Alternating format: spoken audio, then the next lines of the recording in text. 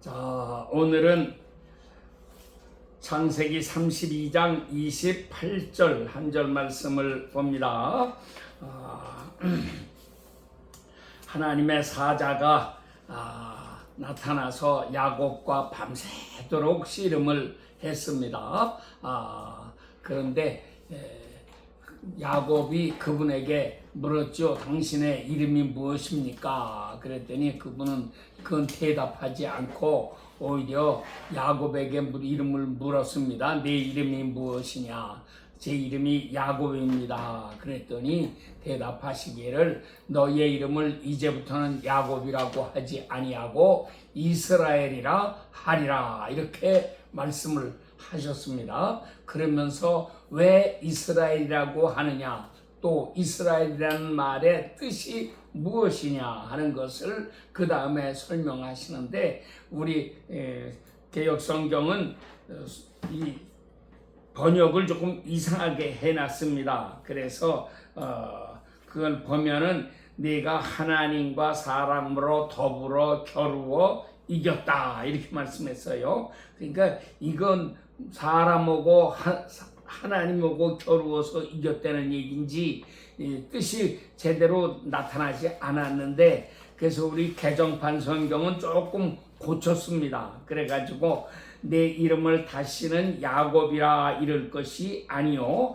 이스라엘이라 부를 것이니, 설명을 하기를 이는 네가 하나님과 및 사람들과 겨루어 이겼습니다. 네가 하나님과 및 사람들과 겨루어 이겼음이니라, 이렇게 번역을 해놨어요. 그런데 역시 이 말씀도 이게 의미가 또 분명하지가 않습니다. 하나님과 그랬으면 끝이지, 거기다 및이라고 하는 접속사를 왜 넣습니까? 그러니까 하나님과 및 사람들과 겨루어 이겼음이니라. 그러니까 그냥 그 전에는 하나님과 사람으로 더불어 겨루어 이겼다 그랬는데, 그것의 의미가 분명하지가 않으니까 이거 하나님과 하는, 이미 과라고 하는 접속사가 들어있는데 밋이라고 하는 말을 한 번 더 넣었어요. 그러니까 이 말의 원래의 그 의도는 하나님과 겨루어서 이겼고 사람들과 겨루어서도 이겼다 하는 두 가지 뜻을 다 하려고 해서 번역을 했는데, 이 번역도 사실은 의미가 분명하게 나타나지 않는 것입니다. 그러나 여하간 이 말의 뜻은 하나님과 겨루어서 이겼고 네가 사람과 겨루어서도 이겼다, 이제 이런 뜻입니다. 이거를 영어 성경으로 보면은 의미가 더 확실하게 나타나요. 그런데 우리말 성경은 이렇게 두 번 쓰기가 뭐 하니까는 그냥 이렇게 한 번으로 쓰려고 해서 억지로 만들었는데, 오히려 의미가 모호해져서 읽는 사람이 이게 무슨 뜻인지 자꾸 혼돈을 일으키기가 쉽습니다. 그러나 본래의 뜻은 하나님과 겨루어서도 이겼고 사람들과 겨루어서도 이겼다, 이런 뜻이라는 것입니다. 그러니까는 야곱이 밤새도록 같이 붙잡고 씨름했던 이 상대방이 누구냐? 그분이 바로 하나님이라고 하는 것이죠. 그래서 야곱이 그곳의 이름을 나중에 브니엘이라고 불렀습니다. 왜 브니엘이라고 했느냐? 이거 하나님의 얼굴이라고 하는 뜻입니다. 그래서 내가 하나님을 여기서 배웠다, 그래가지고 이 절체절명의 위험한 순간에 날만 새면 형을 만나야 하고 그 형이 나를 쳐 죽이려고 하는 이 얼마나 긴박한 순간입니까? 위험한 순간입니까? 그리고 이것을 피할 길은 전혀 없습니다. 이런 가운데서 그는 하나님과 만나가지고 밤새고 씨름을 해가지고 결국 이겼는데, 이렇게 이긴 것이 하나님과 겨루어서 이긴 것이고 동시에 사람들과 겨루어서도 이기는 것이라고 하는 것입니다. 그러니까는 밤에는 하나님과 겨루어서 이겼습니다. 이제 아침이 되면은 형을 만나게 되면은 나는 형 에서와 겨루어서도 이기는 사람이 된다고 하는 뜻을 하나님께서 가르쳐 주신 것입니다. 그래서 너는 조금 더 걱정하지 말고 에서를 만나라 이렇게 말씀하시는 거잖아요. 그래서 우리 인생은 한없는 전쟁입니다. 그래서 인생은 수없는 전쟁을 겪으면서 이제까지 이렇게 발전해 왔고, 또 전쟁을 통해서 인간들은 상대방을 이기기 위해서 무기를 연구하고 무기를 개발해야 되고, 또 힘을 길러서 육신적인 건강함을 가져야 되고, 여러 가지 무술을 익혀야 되고, 그래서 이렇게 인류는 과학 문명이 이 무기를 만드는 기술에서부터 발전해가지고 오늘날까지 이렇게 성장해 왔습니다. 이 마지막 때에는 특별히 재난이 많고, 재난이 많으면 도둑이 극성스러워지고, 도둑이 많아지면 전쟁이 날 수밖에 없고, 전쟁이 나면 수없이 많은 사람이 죽게 되고, 이렇게 큰 위험이 우리 앞에 지금 찾아와 있고, 이미 찾아와 있고 앞으로도 더 계속해서 찾아오게 될 것인데, 이러한 속에서 우리가 정말 정신을 바짝 차리고 하나님 앞에 우리가 바르게 사는 게 무엇인가를 배워야 합니다. 그런데 이제까지 야곱의 이름은 야곱이었습니다. 야곱이라는 말은 야곱이 어머니 뱃속에서 나올 때에 형 에서의 발목을 잡고 나왔다고 하는 데서 야곱이라고 했죠. 그래서 빼앗는 자라는 뜻도 있고 속이는 자라는 뜻도 있고, 그래서 이 야곱은 평생 이렇게 남의 발목을 잡고 그렇게 해서 씨름해가지고 이겨온 이런 인생을 살아왔는데, 하나님께서는 밤새고 이 야복에서 만나가지고 밤새고 씨름을 하시고는 이제부터는 너희의 인생이 달라져야 된다 하는 것입니다. 사람과 더불어서 이기려고 해서 남에게 속임수를 쓰고 거짓말을 하고 이렇게 억지로 이기는 이런 생활을 하지 말고, 이제는 하나님과 더불어 겨루는 이런 생활을 하라고 하시는 것입니다. 이것이 이스라엘입니다. 하나님께서는, 예수님은 나다나엘을 만나시자 첫마디 하신 말씀이 보라 이는 참 이스라엘 사람이로다 그의 속에 간사한 것이 없도다 하고 말씀하셨어요. 나다나엘이 깜짝 놀라가지고 아유 주여 어떻게 주님이 나를 아십니까? 하고 물었더니 예수님 대답하시기를 네가 무화과 나무 아래에 있을 때에 내가 너를 보았노라 이렇게 말씀하시지 않았습니까? 누가 참 이스라엘 사람이냐? 나다나엘이라는 사람이 참 이스라엘 사람입니다. 사도 바울은 유태인이 다 유태인이 아니고 이스라엘이라고 해서 다 이스라엘이 아니라 이렇게 단정해서 말씀을 했는데, 예수님도 마찬가지입니다. 수없이 많은 유태인들을 상대로 하고 계시면서도 그들을 이스라엘이라고 인정하시지 않고 나다나엘을 만나시자 이 사람이 진짜 이스라엘이다 이렇게 말씀하신 것입니다. 어떻게 그가 이스라엘이냐? 첫째는 그는 하나님 앞에 기도하는 사람이었기 때문입니다. 무화과 나무 아래에 남몰래 찾아와서 하나님 앞에 간절히 기도했던 사람, 이런 사람이었기에 하나님께서 그를 보셨습니다. 사람들은 아무도 그를 알아보지 못했습니다. 그렇지만 주님은 그를 알아보셨습니다. 이런 사람이래야 된다고 하는 것이죠. 그래서 기도하는 사람, 이 사람입니다. 기도하는 사람이란 곧 나라와 민족을 위해서 눈물 흘릴 줄 알고 간구할 줄 아는 사람이라야 된다고 하는 것입니다. 우리가 예수님만 믿으면 저절로 이스라엘이 되는 게 아니고 정말 나라와 민족을 위해서 기도할 줄 아는 사람이 되어야 합니다. 또 기도로 승리하는 사람이 되어야 하는 것입니다. 우리 기도한 것이 응답을 받아야 합니다. 나다나엘은 남몰래 무화과 나무 아래에 찾아와 가지고 기도했는데 그것을 하나님은 보고 계셨고, 그래서 예수님께서 인정해 주신 것입니다. 내가 너희의 기도를 다 기도하는 것을 보았다, 기도를 들었다, 그러므로 너희의 기도는 이루어진다. 이 약속이 그 한마디 말씀 속에 다 들어 있었던 것입니다. 그래서 나다나엘은 참 이스라엘 사람이라고 하는 이런 아름다운 이름을 받은 것입니다. 또 이사야 41장 14절에 가서 보면 너 지렁이 같은 야곱아 그렇게 부르시고 그 다음에는 너희 이스라엘 사람들아 이렇게 부르십니다. 두 가지 이름이 다 나오는데 무엇이 다른 거냐? 지렁이는 가장 이 미물에 속하는 것이고 아무런 적을 해칠 수 있는 상대방과 싸울 수 있는 무기가 전혀 없는 정말 보잘것없는 그런 벌레 한 마리가 이 지렁이입니다. 그런데 하나님께서 약속하시죠. 내가 너로 이가 날카로운 새 타작기계로 만들겠다.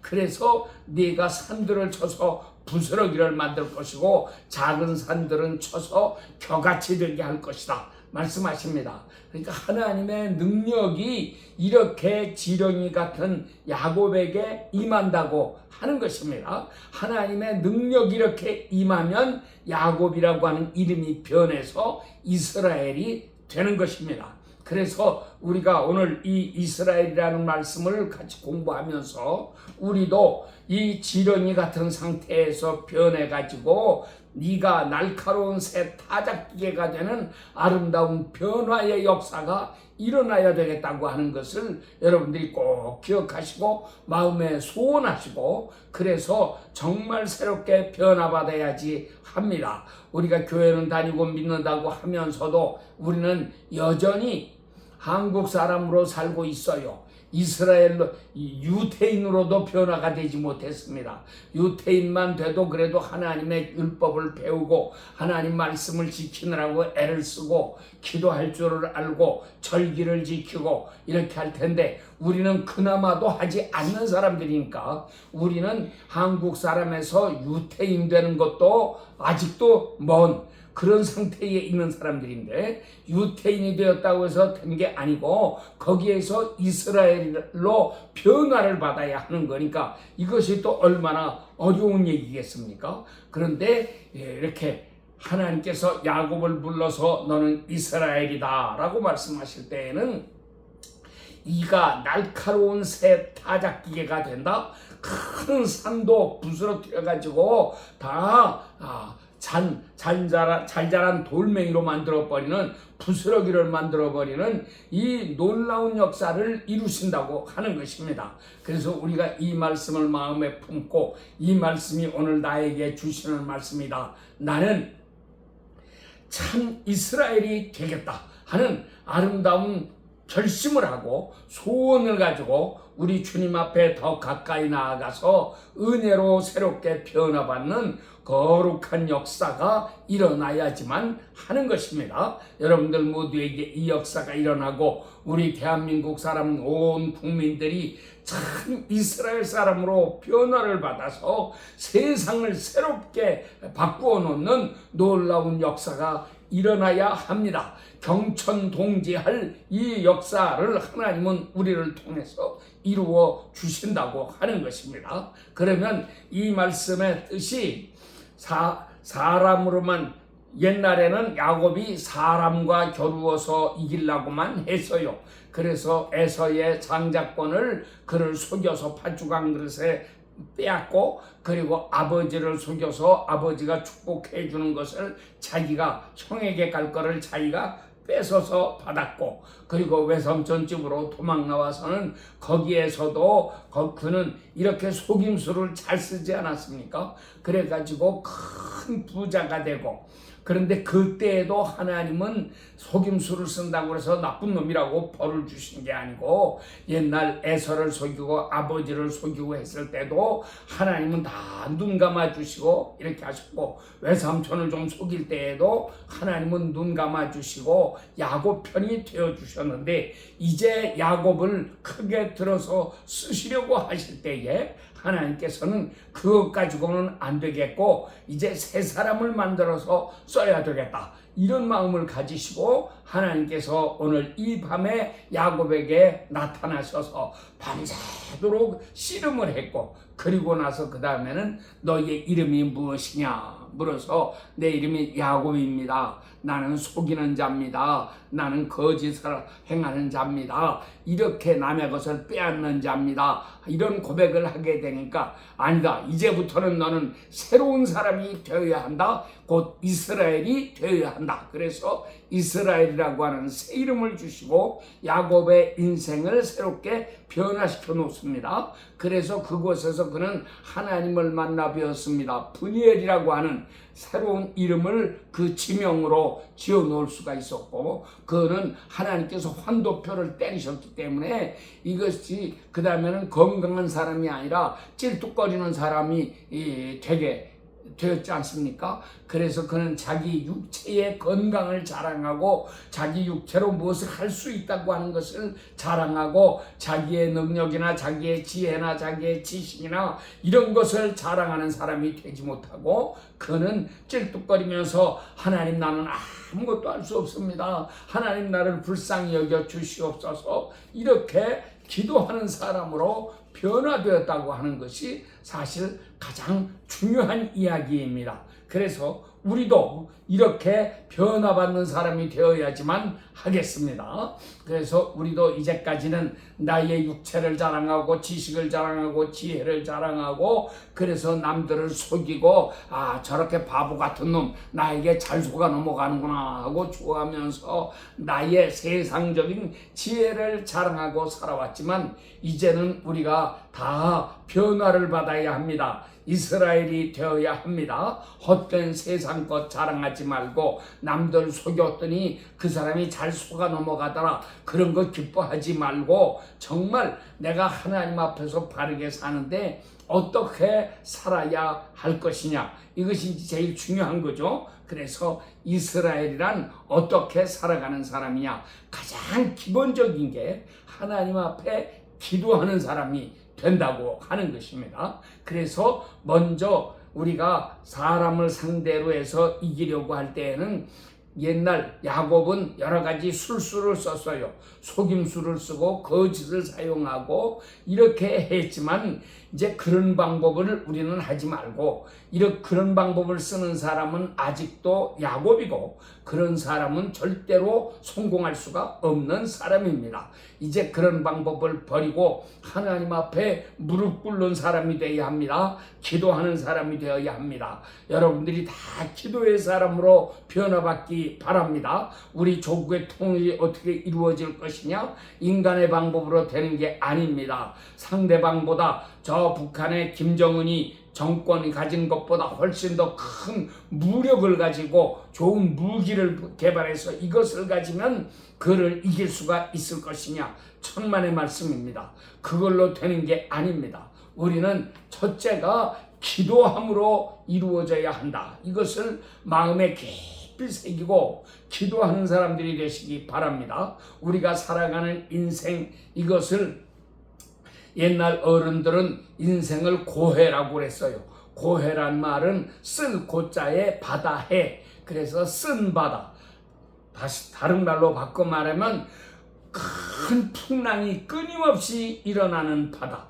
풍랑만 일어납니까? 여기에서 태풍이 불어가지고 바닥 물결을 크게 일으키죠. 이래가지고 쓰나미를 일으키고 태풍을 불게 해서 전 세계에 큰 홍수가 내리게 하고 이런 무시무시한 일들이 이 바다에서 다 일어납니다. 바다를 항해하는 어부들은 그래서 이 풍랑을 제일 두려워하게 되고 계절을 봐가지고 이렇게 태풍이 불 때인가 풍랑이 일어날 때가 아닌가 이런 거를 다 조심해서 그런 거를 피해가지고 가고 그래서 옛날에는 이 섬에 이 바닷가는 배를 타는 사람들은 그래서 우상 숭배를 참 많이 했습니다. 그래서 용왕 신에게 제사를 드리고 하나님을 모르고 살았으니까 바다에 용왕이 있어가지고 용왕이 화를 내면은 바다가 일어나가지고 막 다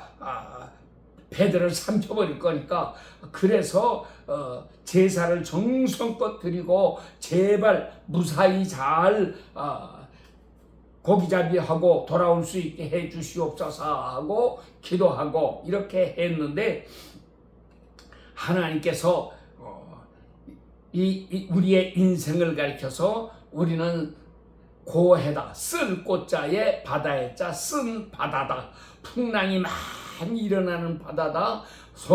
바다가 노하면 너희를 삽시간에 집어 삼켜버릴 수 있다. 이거 얼마나 무서운 얘기입니까? 이 육지에서 죽으면 시체라도 찾을 수 있지만 바다에서 죽으면 시체도 찾지 못하고 시신도 다 고기밥이 되어버리고 많은 이 불행한 일들이 우리에게는 얼마든지 일어날 수 있는 것입니다. 그런데 이 성경은 우리에게 무엇을 가르쳐 줍니까? 우리에게 이 비결을 가르쳐 줍니다. 그래서 우리가 이 비결을 바로 배우면 세상을 이기는 사람이 되고, 이 비결을 제대로 배우지 못하면 우리는 세상에서 실패자가 되고 우리는 패배자가 되고 이렇게 떨어져 버리고야 마는 것입니다. 자, 그런데 마태복음 8장 23절부터 보면은 예수님께서 제자들과 함께 배를 타고 이 갈릴리 바다를 건너가시는 이야기가 나옵니다. 그런데 한참 가다가 배가 바다 한가운데에 이르렀을 때에 갑자기 크게 풍랑이 일어났습니다. 캄캄한 밤입니다. 지금 같으면 저 먼 곳에라도 이렇게 등대라도 있을 수 있고 또는 전깃불이라도 있고 그러지만 옛날 2000년 전에 무슨 불이 있겠습니까? 촛불 같은 것도 없는 시대에 이렇게 캄캄한 밤에 달빛도 없고 별빛도 없는 이런 밤에 큰 풍랑을 만났으니 얼마나 두려웠겠습니까? 그러니까 제자들이 그래도 이 사람들이 다 바다에서 잔뼈가 굵은 사람들이니까 자기들이 바다를 제법 안다고 생각하고 어떻게 하든지 배를 잘 몰아가지고 바다를 건너가 보려고 무진 애를 쓰고 이런 방법 저런 방법 다 해봤겠죠. 그러나 아무런 방법을 쓰거나 오히려 더 배는 풍랑에 막 정신없이 흔들려서 금방이라도 뒤집어질 것 같은 위험이 찾아오고 풍랑은 오히려 더 거세지고 이건 잡히지 않았습니다. 그랬는데 예수님은 배에서 이렇게 한밤중에 편안하게 주무시고 고물에서 베개를 베고 주무시고 계시지 않았습니까?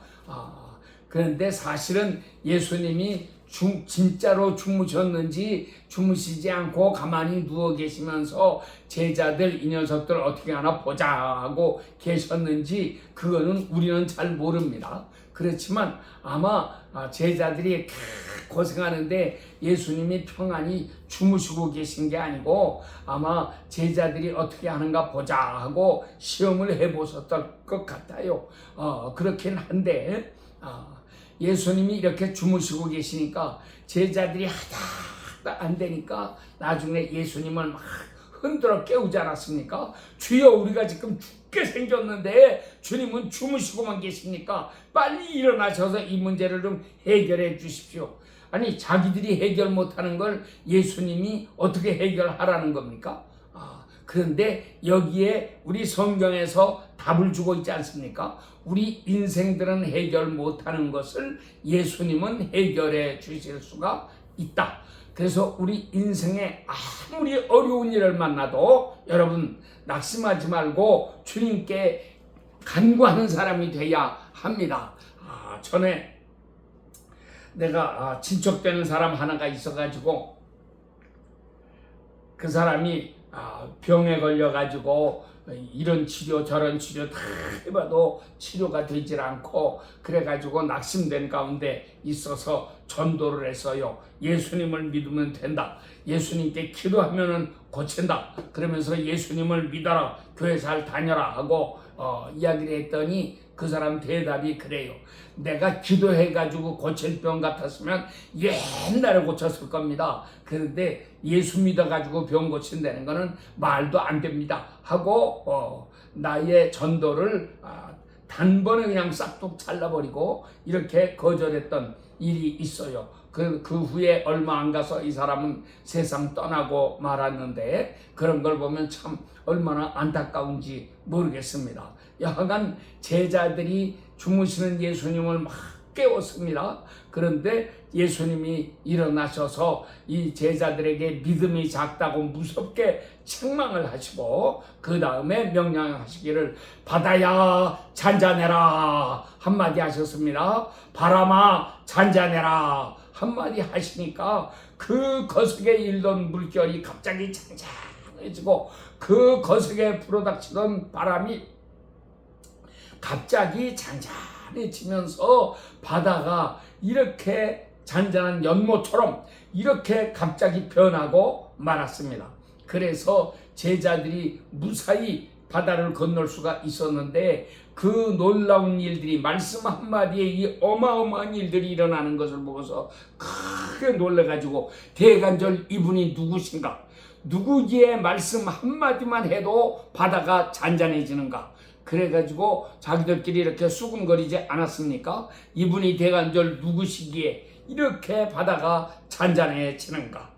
그래요. 우리가 그들은 예수님을 모시고 살면서도, 예수님의 능력을 수없이 체험하면서도, 예수님의 놀랍고 신령한 말씀, 권능의 말씀을 들으면서도 이 사람들은 예수님이 누구신지를 아직도 알지 못하고 그렇게 살았습니다. 예수님이 나중에 십자가에 못 박혀 돌아가시고 부활하신 후에, 그때도 아마 잘 몰랐죠. 성령 충만함을 받은 다음에서야 비로소 예수님이 성경이 약속했던 메시아, 우리의 구주시라고 하는 것을 깨닫고, 그래서 주님을 섬기는 사람이 되고 주님의 복음을 위해서 목숨도 바칠 수 있는 이런 사람으로 변화를 받지 않았습니까? 자, 여하간 제자들이 예수님을 이렇게 깨웠더니 예수님이 말씀 한마디로 바다를 잔잔하게 만들어 놓으셨습니다. 그런데 우리가 이런 말씀을 그냥 하나의 옛날 이야기처럼 들으면 안 됩니다. 성경에 있는 이야기인데 이게 진짜일까 가짜일까 하면서 어떤 사람들은 의심하고, 소위 신학자라고 하는 사람들도, 신학교 교수라고 하는 사람들도 이건 다 거짓말이다, 지어낸 말이다 이렇게까지 해가면서 잘못 가르치고 있는 인간들도 많이 있는데, 예수님께서는 제자들에게 이렇게 먼저 책망부터 하시고 믿음의 사람이 될 것을 말씀하시고, 하나님의 능력을 믿는 사람, 전지전능하신 하나님, 말씀 한마디로 천지 만물을 만드시고 이 세상의 모든 짐승이고 새고 벌레고 물고기고 말씀 한마디로 다 만들어 놓으시잖아요. 이 우주의 천체 별들이 돌아가게 하시고, 이거 주님 말씀 한마디로 다 되는 겁니다. 어마어마하신 분, 우리가 그분을 체험해야 합니다. 그렇게 하지 않으면 우리의 믿음은 인간의 생각에 잡혀가지고, 그래서 내 생각으로 살아가는 인간이 되는 것입니다. 야고비는 사람의 생각으로 남을 속이고 거짓말하고 그래서 남의 것을 빼앗는 이런 사람이었습니다. 그렇지만 그가 예수님을 만나고, 이제 이 창세기 32장에서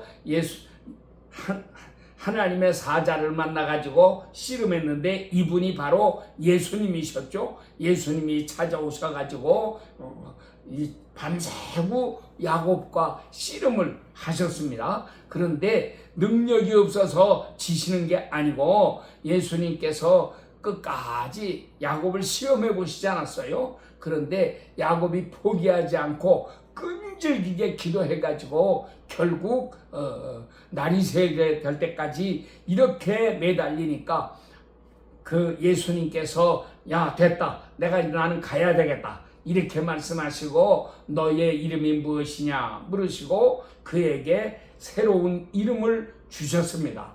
자, 여기에서 우리가 무엇을 배워야 하느냐? 우리 인생은 끊임없는 이 고난 속에서 살고 있고, 특별히 이 마지막 때에 세상은 험한 풍파가 끊임없이 일어납니다. 아차 하는 순간에 그 바닷물이 나를 덮쳐서 멸망시켜버릴 수도 있는, 지금 이 세상이 얼마나 혼란합니까? 중국에 얼마나 무시무시한 이런 태풍이 찾아오고 홍수가 나고, 그래서 사람들이 무슨 물에 그냥 휩쓸려 내려가고 수백만 명이 죽는 이런 비참한 일들이 계속해서 일어나고 있습니다. 일본에 지진이 나서 많은 사람들이 지진에 죽고 난리가 나고 전 세계가 그러지 않습니까? 이곳저곳에서 전쟁의 소문이 끊임없이 터지고 있고, 그런데 예수님 말씀하시기를 이 모든 것은 재난의 시작이라고 하셨어요. 그러니까 진짜 재난은 아직 제대로 찾아오지도 않은 것입니다. 보세요. 요즘엔 불화파가 전부 너무 뜨거워서 40도, 하루에 낮의 기온이 40도를 넘어가게 된다고 하고, 에어컨도 없는 속에서 막 열사병에 죽어가고, 이런 큰 고통을 당하고 있고, 미국도 이렇게 더운 지방들은 굉장히 이 더위에 고생을 많이 하고 있습니다. 내가 살고 있는 우리 이 시애틀은 정말 천국 같은 날씨가 되어서 이런 고난을 모르고 평안하게 살고 있지만, 그러나 이런 전 우주적인 이 세계적인 위기는 우리 지금 이 지구에만 금년에만 몰아치는 게 아니고 계속해서 수년 동안 이어져 왔고, 앞으로도 이런 일은 계속될 것입니다. 우리가 이럴 때에 깨어서 정말 하나님 앞에 기도하고 기도로서 승리하는 성도들이 되어야지만 하는 것입니다. 그런데 마지막 때 이 야곱 같은 얕은 꾀를 써서 가르치는 사람들이 있어요. 이것이 소위 세대주의라고 하는 학파입니다. 이 사람들은 대환난이 일어나기 전에 우리는 성도들을 반짝 들려 올려줘서 공중에서 주님을 만나 7년 동안 혼인잔치를 한다. 그리고 이 땅에는 7년 대환난이 일어나서 무시무시한 재앙이 쏟아지고 인류가 거의 전멸하다시피 이런 때가 온다 하고 가르치고 있는데, 이것도 다 야곱과 같은 얕은 꾀에 속하는 것입니다. 이거 다 버려야 합니다. 버리지 않으면 우리는, 그래서 이스라엘이라는 이름을 새로 받아가지고 변화받지 않으면 우리는 세상을 이겨나갈 수가 없는 것입니다. 어떻게 해야 됩니까? 첫째, 기도하는 사람이 되어야 한다. 이거 우리가 마음에 꼭 새겨야 됩니다. 기도해서 이겼는데 결국 이기고 봤더니 누굴 이겼습니까? 그것이 옛날에는 사람을 상대로 해가지고 이기려고 해서 그게 통했어요. 그렇지만 이제는 하나님을 상대로 해서는 그거는 안 통하는 것입니다. 하나님을 상해서는 우리가 끈질기게, 악착같이 끈질기게 매달리는 이런 기도를 통해서만 하나님이 우리에게 불복하십니다. 내가 졌다 하고 말씀하시면서 내가 이제부터 너의 소원을 다 들어주겠다 하고 말씀하시지 않습니까? 야곱의 소원이 뭡니까? 너 소원이 뭐냐? 에서요. 에서. 내 형이 나를 죽이려고 옵니다. 그렇게 대답을 했겠죠? 걱정하지 마라. 내가 다 알아서 해결한다. 예수님께서 깨어 일어나셔서 말씀 한마디 하시니 풍랑이 잔잔해졌습니다. 우리 인생은 고해입니다. 쓴 바다입니다. 풍랑이 끊임없이 일어납니다. 사망의 물결이 나를 삽시간에 둘러엎어버리려고, 나를 뒤집어버리려고 합니다. 이런 속에서 여러분 낙심하지 말고 옛날 우리 조상들은 그랬어요. 하늘이 무너져도 솟아날 구멍이 있다. 그래요. 구멍은 하늘에 있습니다. 하늘로 올라가면 되는 것입니다. 그 하나님께서 하늘로부터 우리에게 구명대를 보내주시고, 그래서 우리를 끌어올려 주십니다. 그래서 우리가 이 세상에 굴복하지 아니하고 기도하는 것을 통해서 하나님의 놀라운 은혜를 새롭게 체험하고 형통하는 성도들이 되어야지만 하겠습니다. 여러분들의 삶 속에 이 놀라운 은혜가 충만하게 임하시게 되기를 축원합니다. 아멘.